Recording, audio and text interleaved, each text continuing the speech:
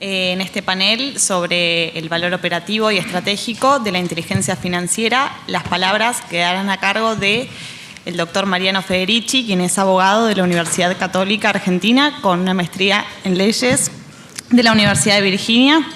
Es actualmente abogado senior del Departamento Jurídico del Fondo Monetario Internacional y es considerado uno de los principales expertos a nivel internacional. Dentro de sus principales aportes se destaca su liderazgo en el desarrollo de las estrategias nacionales contra el lavado de activos y el financiamiento del terrorismo de Bolivia, Chile, Costa Rica, Paraguay, Perú y Uruguay. También se encuentra Oscar Voidanich, quien es licenciado en Ciencias Contables y Administrativas de la Universidad Católica de Nuestra Señora de Asunción. Profesor de la Universidad Privada de Columbia, actualmente trabaja en la Secretaría de Prevención de Lavado de Dinero o Bienes. Ha trabajado en importantes bancos como el Banco Sudameris Paraguay, el Banco Central del Paraguay, entre otros. Fue integrante del grupo Task Force, Fuerza Tarea del Mercosur, en la Comisión de Lavado de Dinero y Financiamiento del Terrorismo. Es integrante activo por el Banco Central del Paraguay en el grupo 3+1, que lo compone Argentina, Brasil, Paraguay y Estados Unidos. En la coordinación, Celeste Ple, directora ejecutiva de Finint, abogada de la Universidad Católica Argentina, con un máster en Derecho de la Universidad de Columbia. Gracias, Lucía. Bueno, antes que nada, es un honor moderar este panel con el colega y amigo doctor Mariano Federici y el doctor Voidanich. Muy honrada de estar acá entre estos dos expertos en el tema. No sé si quieren dar alguna introducción o salto directo a las preguntas que preparé para ustedes. Bueno, para ir entrando en calor, es una pregunta para ambos. ¿Qué es la inteligencia financiera y qué lugar ocupa en el engranaje del sistema de prevención de lavado? Bueno, ante todo, muchas gracias a todos por estar aquí presente y también es un honor para mí estar sentado en esta mesa con una amiga y experta en la materia como es la doctora Celeste Ple y con un amigazo y colaborador en el esfuerzo, en la lucha regional contra el lavado de activos y financiamiento del terrorismo, como es el jefe de la Unidad de Inteligencia Financiera de Paraguay, el doctor Oscar Voidanich. A tu pregunta, ¿qué es la inteligencia financiera? Yo respondería que es una herramienta poderosísima y eficaz, la más eficaz, para hacer frente a las amenazas más importantes que hoy enfrenta nuestro país, como es el crimen organizado, especialmente el narcotráfico.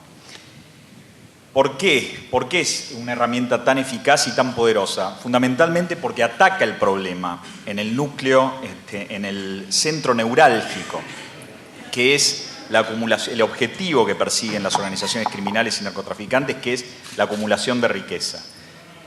Es un principio estratégico el concentrar el esfuerzo en el objetivo del adversario. En este caso, el adversario apunta al lucro, apunta a acumular riqueza. Es la acumulación de riqueza la que le da a la organización criminal poder real, poder de fuego, poder corruptor, poder territorial. Entonces, es ahí donde debe estar puesto el esfuerzo también del Estado, el esfuerzo estatal, en desmantelar a la organización, despojándola de esa riqueza para de tal manera debilitarla. ¿Y por qué es importante la inteligencia financiera? Porque intercepta al adversario en su punto más vulnerable, el momento en el cual el crimen organizado, la organización criminal, tiene que pasar por los canales formales de nuestra economía, de nuestro sistema financiero. ¿Para qué? Para legitimar su ganancia, para lavar activos, para lograr el resultado final de su objetivo, que es el poder disfrutar y utilizar esa riqueza. A través de la inteligencia financiera podemos rastrear, detectar y aportar indicios a la Fiscalía para investigar los delitos de lavado de activos que permitan ir tras los bienes. Y esa es la diferencia yo diría, fundamental que hay que remarcar acá. La cultura de investigación criminal tradicional ha estado puesta en perseguir a la persona, en ir detrás de los líderes de la organización. Y está probado que si los líderes mantienen el poder económico, pueden seguir operando con mucha y gran eficacia aún desde el encarcelamiento. Por eso lo que las debilita realmente es el despojarlos de los bienes que les da poder real, y la inteligencia financiera es la herramienta más eficaz para individualizar esos bienes, para rastrearlos, para detectarlos y para ponerlos en conocimiento del Ministerio Público, que es en definitiva quien tiene que convertir ese aporte, esa inteligencia, en prueba judicializable para sustentar eventualmente la acusación. Ahora bien, la inteligencia financiera llevada a cabo desde las UIFs, desde las unidades de inteligencia financiera, es el puente entre quienes albergan la información, quienes mantienen la información, que es esencialmente el sector privado, y los fiscales, los jueces, que son quienes tienen que convertir esa información en prueba para eventualmente despojar a las organizaciones de los bienes. En ese puente, en ese lugar tan estratégico que desarrollan las unidades de inteligencia financiera, es clave ser confiable y es clave respetar los secretos que todavía rigen sobre esa información, para que las fuentes que tienen que proporcionar esa información que luego se convierte en inteligencia sigan confiando y puedan aportar la información necesaria para poner manos a esos bienes y así poder debilitar a esas organizaciones. Yo creo que hay que entender la evolución que ha tenido, digamos, el combate al crimen organizado para entender la importancia que tiene hoy la inteligencia financiera, ¿no? En los 80 se demostró que las técnicas tradicionales de combate al crimen organizado no estaban dando los resultados necesarios para frenar el avance y el crecimiento de ese poderío de la organización criminal. Y con la inteligencia financiera, los países que la han aplicado y que la están aplicando eficazmente han logrado resultados muy interesantes que podemos charlar a lo largo de esta charla. No sé, Óscar, ¿qué opinión tenés al respecto? Sí, buenos días a todos. Gracias a los organizadores por esta invitación y la oportunidad de compartir algunas experiencias que también tenemos en Paraguay. Yo tengo la ventaja, un poco mayor ventaja que Gil, en cuanto al gobierno uruguayo. En el gobierno paraguayo estoy con 3 presidentes de diferentes partidos políticos, entonces puedo causar una confusión si es que los periodistas se manifiestan sobre lo que digo, pero es una opinión netamente mía también. Pero estuve me nombró el presidente el expresidente Lugo, el presidente Franco del Partido Liberal, y hoy estoy con el Partido Colorado, que es el presidente Horacio Cartes. Entonces tengo esa ventaja mayor que vos, Gil.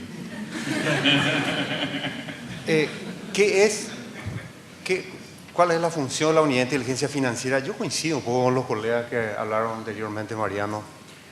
Depende mucho qué es lo que el gobierno quiere. ¿Cómo queremos que sea la unidad de inteligencia financiera? Porque podemos tener leyes muy buenas, fuertes, aparentemente, y que dictan que tenemos que ser un organismo centralizador de informaciones, que diseminamos a los organismos competentes para que se pueda llevar dentro del esquema preventivo de inteligencia y persecución penal. Pero muchas veces no sucede esto, y hemos visto entre varios colegas que integramos Gafilat, por ejemplo, de que hay leyes muy buenas, pero no tienen la fuerza suficiente como para organizarse ni realizar su labor preventiva y de inteligencia. En Paraguay, por suerte, se aprendió eso con el correr de los años. Tampoco tenemos avances muy fuertes todavía debido al sistema penal, especialmente donde hay mucha chicanería, ¿verdad? Y entonces no se puede llegar a buen puerto. Pero no obstante, hemos logrado grandes avances a partir del 2009 con las modificaciones legales que dan mucho más fuerza, especialmente para romper el secreto bancario, centralizar las informaciones. Se entendió que también la unidad de inteligencia financiera debe ser ese organismo que esté dentro de una organización de inteligencia y que sirva esto para la persecución penal posteriormente. ¿Cómo estamos hoy en Paraguay? Bueno, estamos logrando avances muy lentos también, así como en la región. Y también se nos incorporó algo que realmente nos da mucha sobrecarga, que es la supervisión. Como ustedes saben, las recomendaciones de Gafi dicen que tenemos que hacer no solamente ya centralizar información como una unidad de inteligencia financiera, analizar esto y pasar al Ministerio Público si tiene el marco de sospecha, sino también se nos cargó el tema de supervisión. Tenemos que supervisar aquellos sectores que no tienen supervisión natural, entonces desnaturaliza un poco la función de la unidad de inteligencia financiera hoy, creo que en el mundo mismo. Entonces es una sobrecarga que distrae el objetivo fundamental de la unidad de inteligencia financiera. Si me permitís, quería volver un poquito al punto anterior que dijiste, más allá de lo que el gobierno local quiera o pueda hacer con la UIF. Yo quería saber un poco para Mariano, ¿qué es lo que se espera a nivel internacional? ¿Qué es lo que espera la comunidad internacional de las UIF? Bueno, para responder a esa pregunta, digamos, tenemos que mirar siempre a los estándares internacionales y las mejores prácticas que rigen un poco la actividad de las unidades de inteligencia financiera, pero esencialmente hoy, ya en esta cuarta ronda de evaluaciones en las que se encuentra el mundo en materia de lucha contra el lavado de activos y financiamiento del terrorismo, lo que se espera es eficacia. Lo que se espera de la inteligencia financiera y de las UIFs es que sean eficaces a la hora de producir inteligencia de alta calidad, de alto valor agregado, que permita, digamos, aportarle a los fiscales indicios concretos, indicios útiles para conducir, para guiar y orientar la investigación penal y de esa manera también sustentar tanto la acusación como las medidas preventivas de incautación de bienes que lleven luego al decomiso y lograr así el objetivo, como decíamos, de despojar a la organización criminal de su poder económico. Se espera que para eso, digamos, para lograr esa efectividad, realmente, como decían en el panel anterior, entiendan cuáles son las amenazas concretas a las cuales está expuesta el sistema, que entiendan los riesgos, cuáles son las amenazas, cuáles son las vulnerabilidades del sistema que hay que superar, que hay que trabajar, y que sobre esa información, sobre ese entendimiento que se logra solamente llevando a cabo un diagnóstico serio, un diagnóstico nacional de riesgos de lavado a nivel país, coordinado interinstitucionalmente por todos los actores que tengan algo que aportar al entendimiento de los riesgos en la jurisdicción, sobre la base de ese conocimiento, de ese entendimiento, que se planifique estratégicamente el accionar estatal. Porque sabemos que quien no planifica, improvisa, ¿no es cierto? A veces hay que reconocer también que la estrategia es no planificar, para quedarnos así con la posibilidad de utilizar discrecionalmente las herramientas para los fines que circunstancialmente determinemos útiles o convenientes. Pero eso no es lo recomendado. Lo recomendado es que se planifique, que se ordene el esfuerzo, porque del otro lado tenemos a un actor organizado. Mal se puede combatir al crimen organizado si nosotros como Estado no nos organizamos y no planificamos nuestro accionar. Se espera también que, yo diría, Celeste, que las unidades de inteligencia financiera cumplan con la ley, que no se aparten del cumplimiento con la ley. Porque cualquier alejamiento del cumplimiento con la ley genera desconfianza y desnaturaliza el propósito para el cual fue creado y diseñada esta herramienta, que es el de hacer frente a las amenazas más graves a las que puede estar expuesta una sociedad. Y esa confianza es vital. Una unidad de inteligencia financiera que carezca de confianza, me refiero a la confianza en sus fuentes primarias de información a nivel local, que los bancos confíen en el trabajo de la UIF para que puedan aportarle información útil y concreta a la unidad, que la comunidad internacional también confíe en la UIF para que pueda indicarle a través de la cooperación bilateral o multilateral dónde está el objetivo que debe ser perseguido. sin esa confianza, digamos, la eficacia que la comunidad internacional espera de estas unidades va a ser muy difícil de lograr. Perfecto, quedó clarísimo. Ahora una pregunta que un poco se va a desdoblar en dos. Concretamente, Mariano, en lo operativo, ¿cuál es el aporte de las UIF en la lucha contra el crimen organizado, bien en lo concreto y en lo técnico, y especialmente en la lucha contra el narcotráfico que tanto le preocupa a nuestro país? Y en segundo lugar, si Oscar puede darnos un ejemplo de este tipo de aporte, de este tipo de ayuda que ha brindado la UIF a debilitar una organización criminal en Paraguay. Bueno, como decíamos al principio, el aporte que pueden hacer las UIFs a la lucha contra el crimen organizado, a la lucha contra el narcotráfico es clave, es central.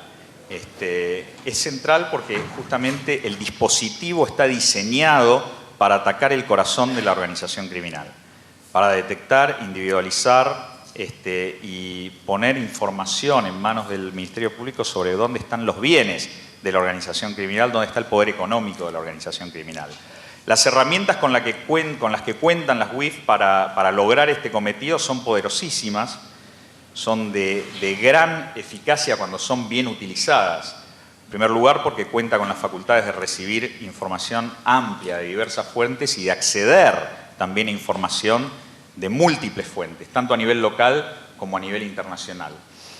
Debería también una buena UIF contar con un equipo de analistas profesionalizado, técnico, que sepa no solamente recibir información y revolearla a la Fiscalía, como suele ocurrir en muchos casos, llenando, coagulando, digamos, el sistema del Ministerio Público de información inútil, digamos, para la investigación, sino que realmente aporte valor. Lo que se espera de la función de análisis de la Unidad de Inteligencia Financiera, que es la función, a mi juicio, central de una UIF, es el valor agregado que el analista financiero puede aportar a la información que recibe de sus fuentes para producir indicios probatorios que luego le sirvan al fiscal para guiar y orientar su investigación.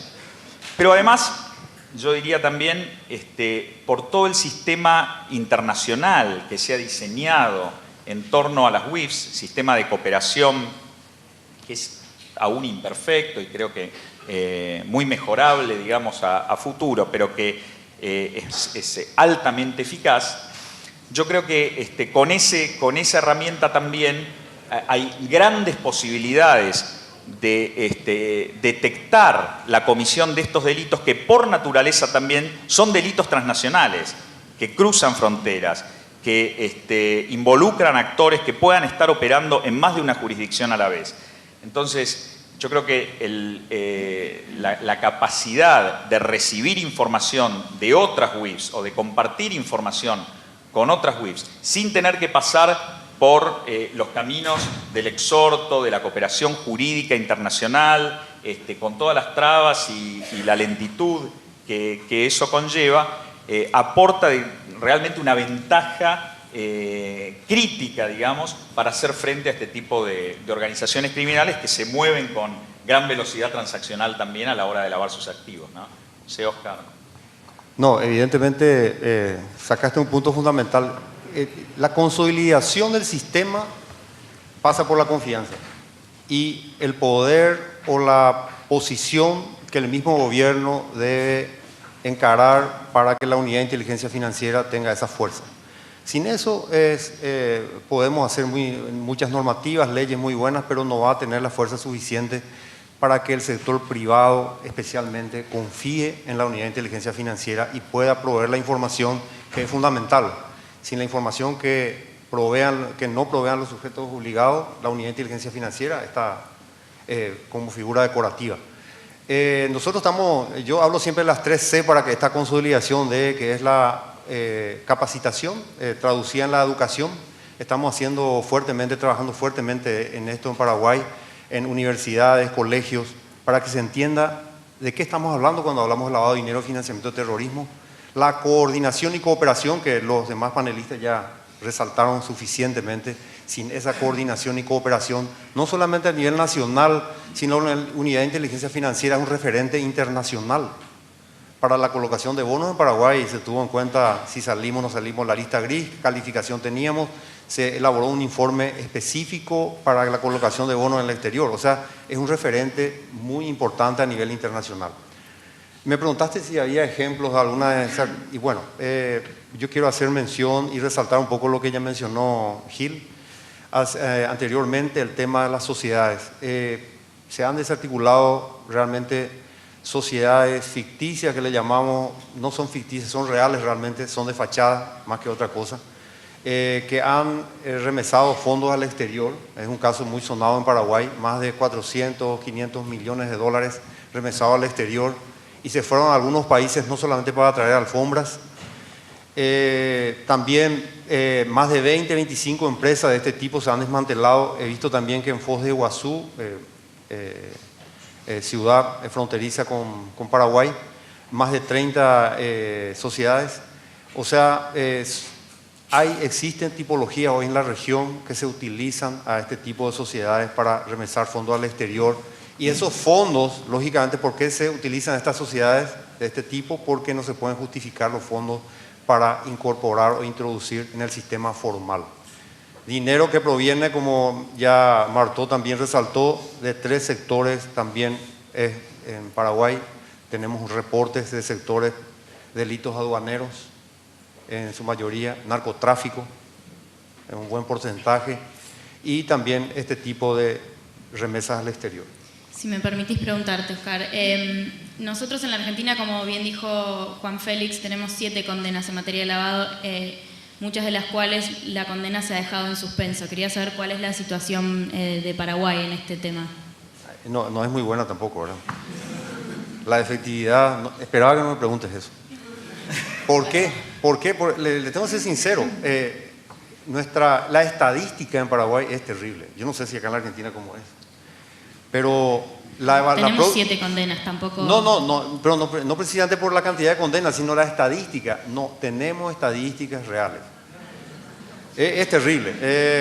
Y en el 2008, en nuestra última evaluación, fracasamos por eso. Le preguntábamos cuántas en la situación de cada institución y nadie sabía nada.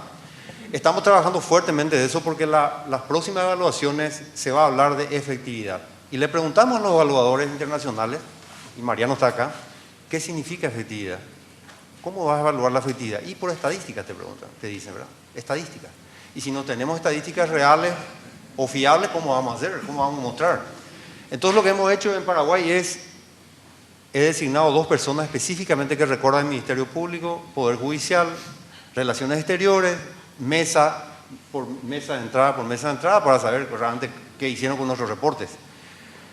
De los cuales tenemos hoy una estadística de 22 procesos judiciales por lavado de dinero, de los cuales tenemos 11 condenas, 34 personas que están procesadas dentro de ese... Mejor que la Argentina. Y algo similar. Por eso te digo, no es tampoco muy loable la cantidad que tenemos, ¿verdad? Pero esa es una deficiencia, creo que regional. Sí, estoy de acuerdo.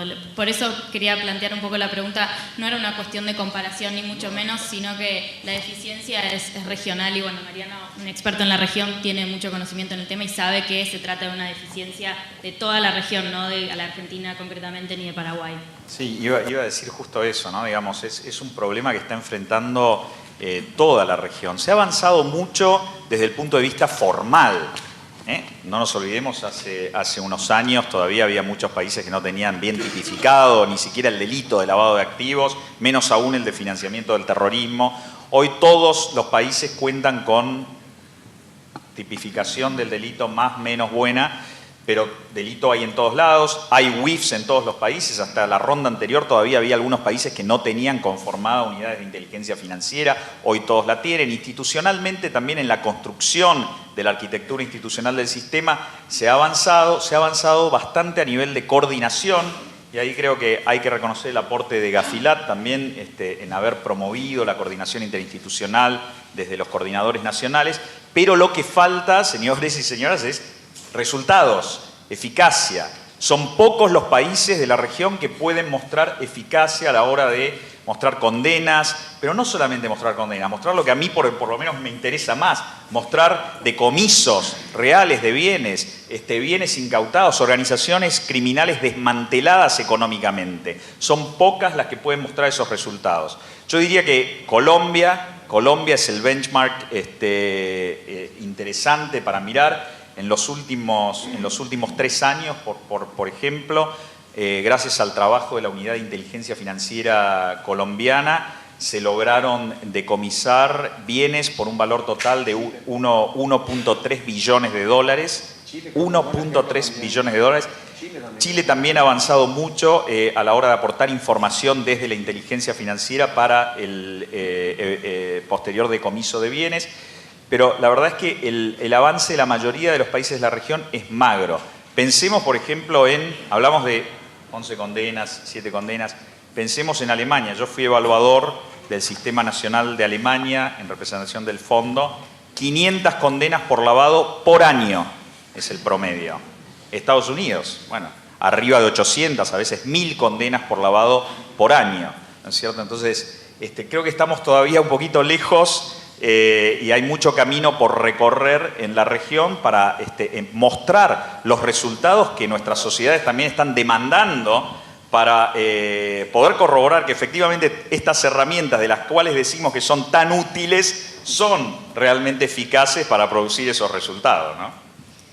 Sí, y volviendo un poco al tema de la inteligencia financiera, quería saber, Mariano, Oscar, ¿qué otras ventajas ofrece hoy la inteligencia financiera, además de poder utilizarla como herramienta eficaz de lucha contra el crimen organizado? Bueno, esa es una buena pregunta porque esa es un poco también la razón por la cual el Fondo Monetario está metido en estos temas, ¿no?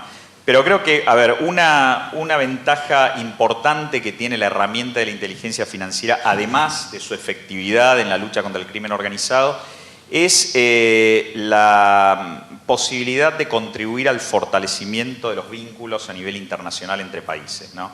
Esta es una lucha, digamos, que se ha encarado a nivel global en el marco de un sistema diseñado globalmente donde los países confluyen para fortalecer la cooperación. Y creo que los países que entendieron realmente la oportunidad que representaba hacer las cosas bien en esta materia, le han sacado un rédito muy importante desde el punto de vista de la cooperación internacional y los vínculos con la comunidad internacional. Quienes hayan trabajado o ejercido funciones en algún organismo internacional sabrán que a veces, digamos, la colaboración con la comunidad internacional en aquellos temas de prioridad en la agenda internacional, y este es uno de ellos, aporta luego la posibilidad de lograr soluciones efectivas en otros ámbitos, quizás también más controvertidos o más complejos para los países. No sé si se entiende, pero concretamente, digamos, hacer las cosas bien en este tema implica estar alineados a los intereses de la comunidad internacional. Y los países que caminan en esa dirección tienen muchas más posibilidades de lograr resultados y réditos desde el punto de vista de los vínculos internacionales.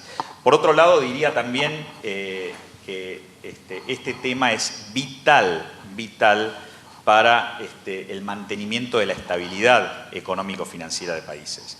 Vengo ahora justamente de un país que no voy a nombrar, pero que está sufriendo un problema de una crisis bancaria por una acción internacional tomada por otro país importante que ha incluido a una de sus instituciones, de las instituciones financieras de este país más pequeño, en una lista internacional.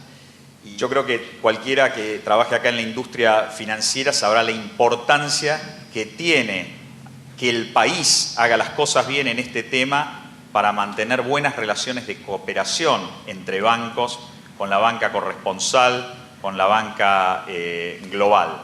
Y el daño que puede causarle al sistema financiero, el error desde el sector público en la deficiencia de combatir estos delitos de manera en sintonía, digamos, y de manera alineada con el estándar. Por eso es que, digamos, me parece que para efectos de mantener la integridad y la estabilidad en el sistema económico financiero, esta cuestión es crucial.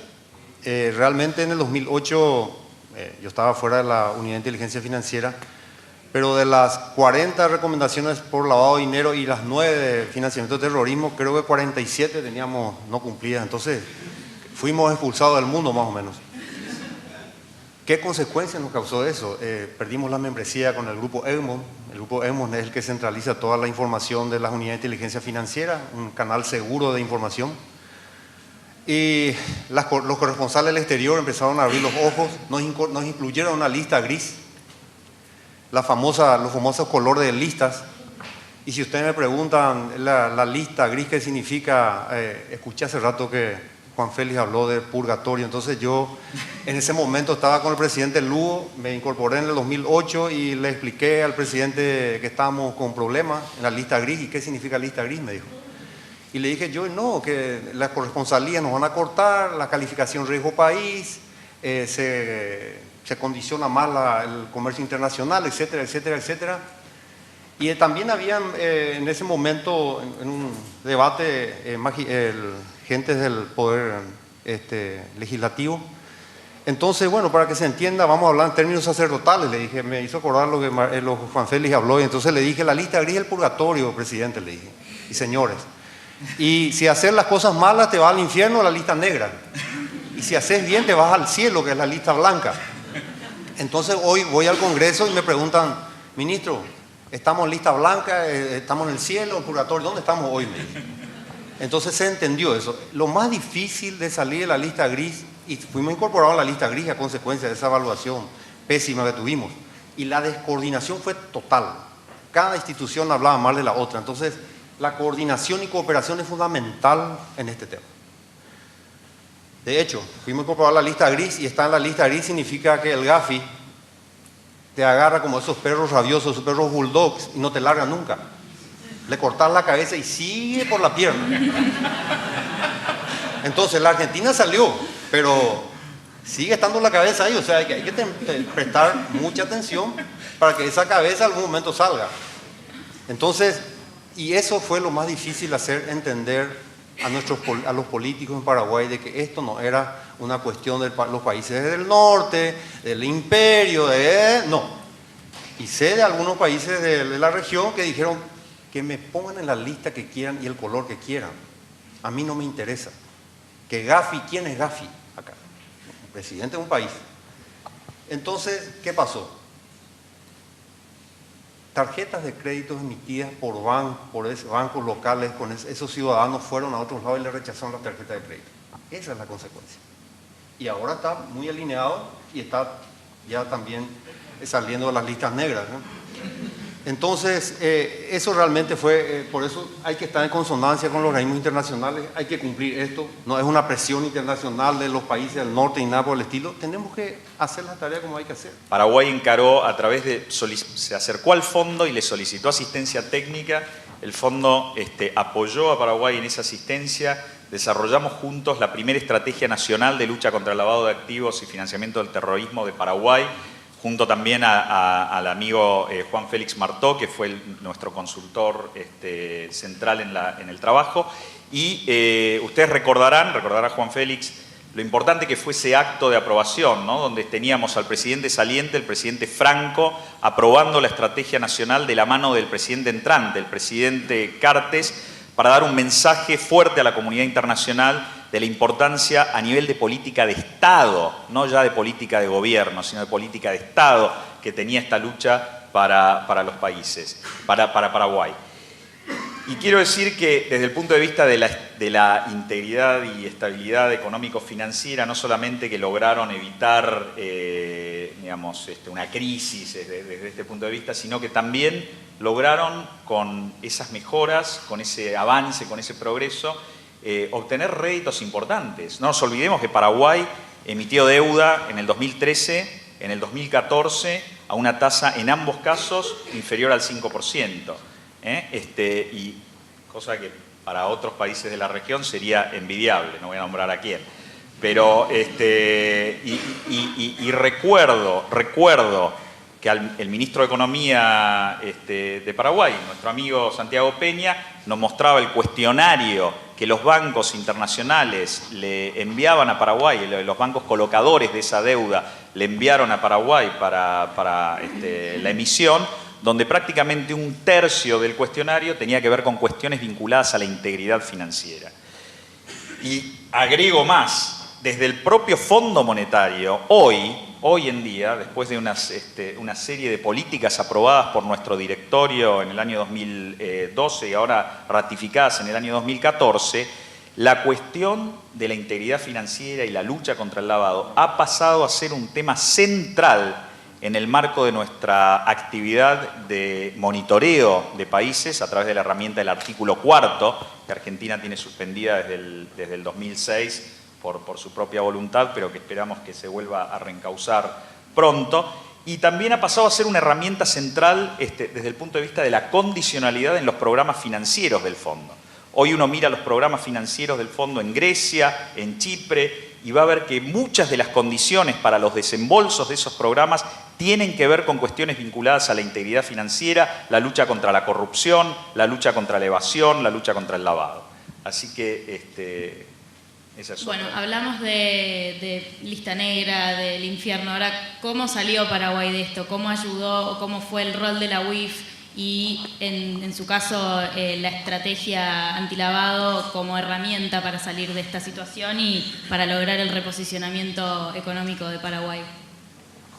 No solamente hay que ver la parte negativa en estos casos, pero la evaluación que hizo Mariano, mencionarlo directamente como Fondo Monetario en ese momento, realmente nos sirvió, porque yo entro en el 2008 con una evaluación terrorífica, ¿verdad? No sabía de dónde empezar, pero eso sirvió para que, sí, como un elemento de despegue. Entonces, de ahí partió la idea de hacer un plan estratégico del Estado paraguayo, que le llamamos, un plan estratégico que nos ayudó a ordenar realmente la casa, a ordenar en objetivos claros hacia dónde queremos dirigirnos. También para que se utilicen eficazmente, eficientemente los fondos, los exiguos fondos que siempre tiene el Estado, y se entendió cuáles son nuestras vulnerabilidades, cuáles son nuestras fortalezas, entonces se ordenó eso. Y de allí partió también la necesidad de tener una evaluación nacional de riesgos, que aquí le tengo a Juan Félix Martó por el BID, que nos dieron una mano también para conocer nuestros riesgos. Es importante por eso tener un plan estratégico acorde a cada país, adecuado a la necesidad. Y esto realmente, ese plan estratégico ayudó muchísimo porque hemos incorporado en la elaboración de este plan al sector privado, cosa que nunca se había hecho en administraciones anteriores. Han colaborado muchísimo en establecer, en elaborar ese plan estratégico el sector privado. Entonces, al sentirse el sector privado involucrado en este tema, hay una colaboración mucho más eficaz en ese tema. Yo creo que la clave está en elaborar un buen plan estratégico con objetivos claros y contundentes y con un mensaje claro del gobierno. Tiene que dar un mensaje claro de que estos objetivos tienen que ser cumplidos. Y por otro lado, hacer una evaluación de riesgo también, que es fundamental para llevar adelante el plan diseñado. ¿En qué sentido la estrategia nacional puede ayudar a la labor de una UIF? Bueno, fundamental. Hablábamos recién de la importancia que tiene planificar, ordenar el esfuerzo estatal, y esto también, digamos, incumbe a las unidades de inteligencia financiera. Un trabajo no ordenado, un trabajo no planificado, un esfuerzo que no revele, digamos, dónde están las prioridades en materia de inteligencia financiera, está destinado a fracasar, porque los recursos son escasos. Los recursos con los que cuenta el Estado son escasos, en todos lados.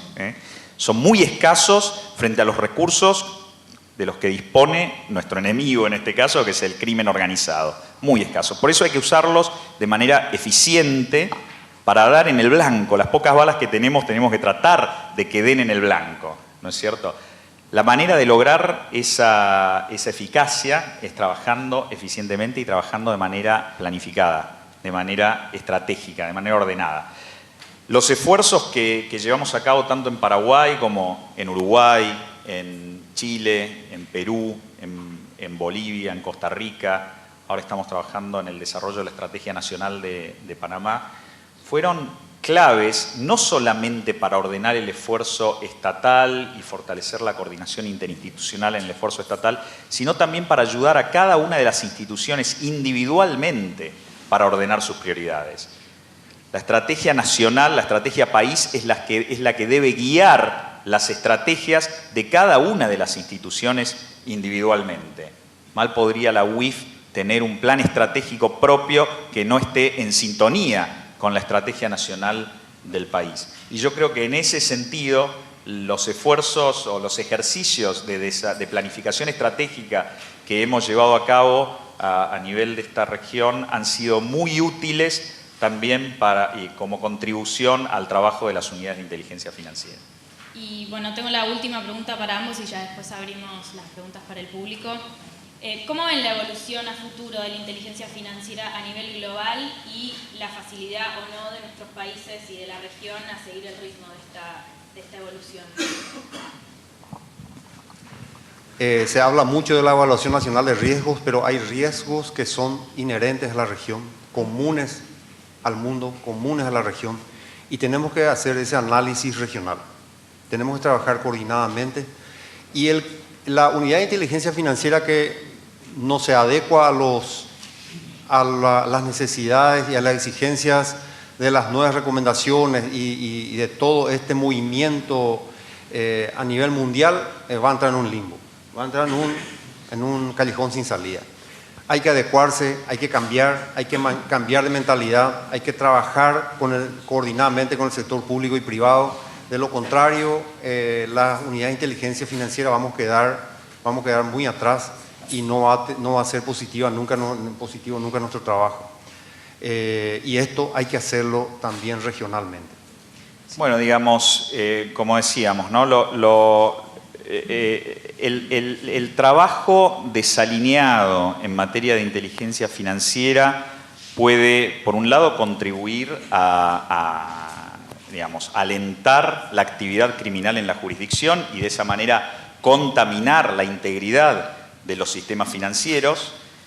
Si uno no tiene una digamos, herramienta eficaz en funcionamiento en la jurisdicción, los criminales se sienten alentados a utilizar la jurisdicción para venir a lavar activos a esa jurisdicción. Eso es así porque, digamos, así funciona. El criminal, desde la lógica criminal, busca el refugio, el lugar más conveniente para venir a operar. Entonces, digamos, una incidencia directa es la contaminación de la integridad del sistema económico-financiero, del sistema financiero y eventualmente del sistema también económico si las inversiones se trasladan a otros sectores de la economía. Las repercusiones que eso puede llegar a generar a nivel macroeconómico, digamos, son varias, porque esa contaminación de la integridad del sistema económico-financiero puede traer distorsiones en los precios, por ejemplo, en diversos sectores. Hay lugares en el mundo, digamos, donde los precios se inflan por inversiones de organizaciones criminales. Pregúntenle a los franceses cuánto vale un departamento, una casa en la Costa Azul, digamos, y quiénes son los que más están invirtiendo en los últimos años en ese tipo de inversiones. O a los españoles en la Costa del Sol, digamos, ¿no? Entonces, la distorsión de precios es otra incidencia, otra consecuencia que puede traer. Pero además la consecuencia negativa indirecta, digamos, ¿no? Que es la de, por ejemplo, el cierre de cuentas de corresponsalía de bancos globales que se sienten, digamos, que no pueden tolerar el riesgo de operar con bancos de la jurisdicción. Hay que entender el escenario donde estamos hoy a nivel global. No es un escenario con una altísima actividad regulatoria y sancionatoria. Han visto las últimas sanciones que han impuesto los reguladores internacionales a bancos globales, han sido descomunales, digamos, lo cual ha generado una aversión de parte de los bancos globales al riesgo de operar en jurisdicciones donde no está garantizada la integridad económico-financiera. Entonces, hay que poder mantener y asegurar la integridad económico-financiera para garantizar la viabilidad, el mantenimiento de las relaciones económico-financieras a nivel global. Y yo diría no solamente verlo desde el punto de vista tan negativo, también sacarle rédito a eso. Porque si hacemos las cosas bien en materia de integridad financiera, vamos a poder también ganar terreno, ganar mercado, atrayendo más inversiones a nuestro sistema financiero, a nuestro sistema y a nuestra economía. Buen día. Mi nombre es Joaquín Montaner. Mi pregunta va en carácter de soy estudiante de cuarto año de la Universidad de Itela, de Estudios Internacionales. Mi pregunta va a apuntar un poco aprovechando su experiencia a nivel regional en cuanto a la integración y en cuanto al trabajo a nivel regional en Latinoamérica.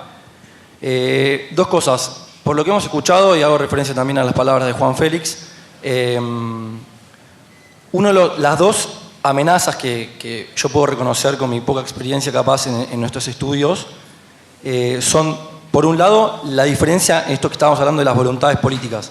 ¿Sí? La discordancia en el nivel de voluntad política que cada Estado le atribuye a la planificación estratégica para prevenir este tipo de amenazas, que esas son nuevas. Y ese es mi otro segundo punto, en el sentido de la definición de las amenazas. Esto es decir, estamos combatiendo algo que es relativamente nuevo, pero tenemos que armar. Y hay mucha duda está sembrada la duda en Latinoamérica, en el sentido de que cada Estado particularmente define a la amenaza de una manera distinta. Esto es importantísimo porque de eso se va a desprender la coordinación estratégica y la planificación que ese Estado pueda generar. Entonces, mi primera pregunta va en el sentido de, apelando a la integración en estos temas o a esta inteligencia global estratégica para prevenir, ¿cómo podríamos llevar a cabo un planteamiento de esta situación cuando dentro del aspecto de integración regional cada Estado tiene diferentes voluntades políticas respecto a la cuestión y de esa manera define de una manera distinta y planifica de manera distinta eso? Y rápidamente la segunda es con respecto al tema de la coordinación y eficacia, ¿no? Justamente si se define de manera distinta, cada uno capaz es eficaz en su propio planteamiento, pero a la hora de querer lograr una integración regional y próxima, global, respecto a prevenir estos temas, la coordinación y eficacia capaz, al chocar, se vuelve confusa y capaz contraproducente. Muchas gracias. Bueno, a ver, para responder las dos preguntas voy a usar una sola respuesta, que es hay que mirar siempre el estándar internacional, ¿no? El estándar internacional es la guía porque está basado en las convenciones internacionales que revelan o representan el consenso de la comunidad internacional en torno a cuál es la estrategia global en estos temas. Yo creo que las preguntas son buenas porque efectivamente hay países que se han desviado de la agenda global en estos temas y que de repente te pueden mostrar a través de estadísticas cierto nivel de eficacia en la utilización de los dispositivos, pero que nada tiene que ver esa eficacia con la eficacia que se espera o que emana del consenso global plasmado en esas convenciones internacionales y en los estándares internacionales. Voy a casos concretos, digamos, ¿no? Un país que te muestra en sus estadísticas que está, digamos, congelando bienes o cuentas de personas que no tienen nada que ver con el crimen organizado, que no tienen nada que ver con la amenaza, digamos, concreta y real a la que está expuesta la jurisdicción, bueno, te puede mostrar enorme cantidad de estadísticas, digamos, ¿no? Pero esa estadística nada tiene que ver con el objetivo que ha consensuado la comunidad internacional y que está plasmado en las convenciones y en los estándares. Desde el punto de vista regional, yo diría que también tenemos los mecanismos que nos proporcionan los organismos regionales que evalúan y que coordinan en estos temas, ¿no? Ahí yo creo que vos, Óscar, también podés hacer un comentario sobre la importancia que tiene Gafilat, por ejemplo, o el Gafi, digamos, para contribuir en estos temas, ¿no? Bueno, es fundamental. Hablaste de coordinación y eficacia. Y Gafilat realmente ha establecido parámetros muy importantes a nivel regional. Se han discutido esto a nivel regional también.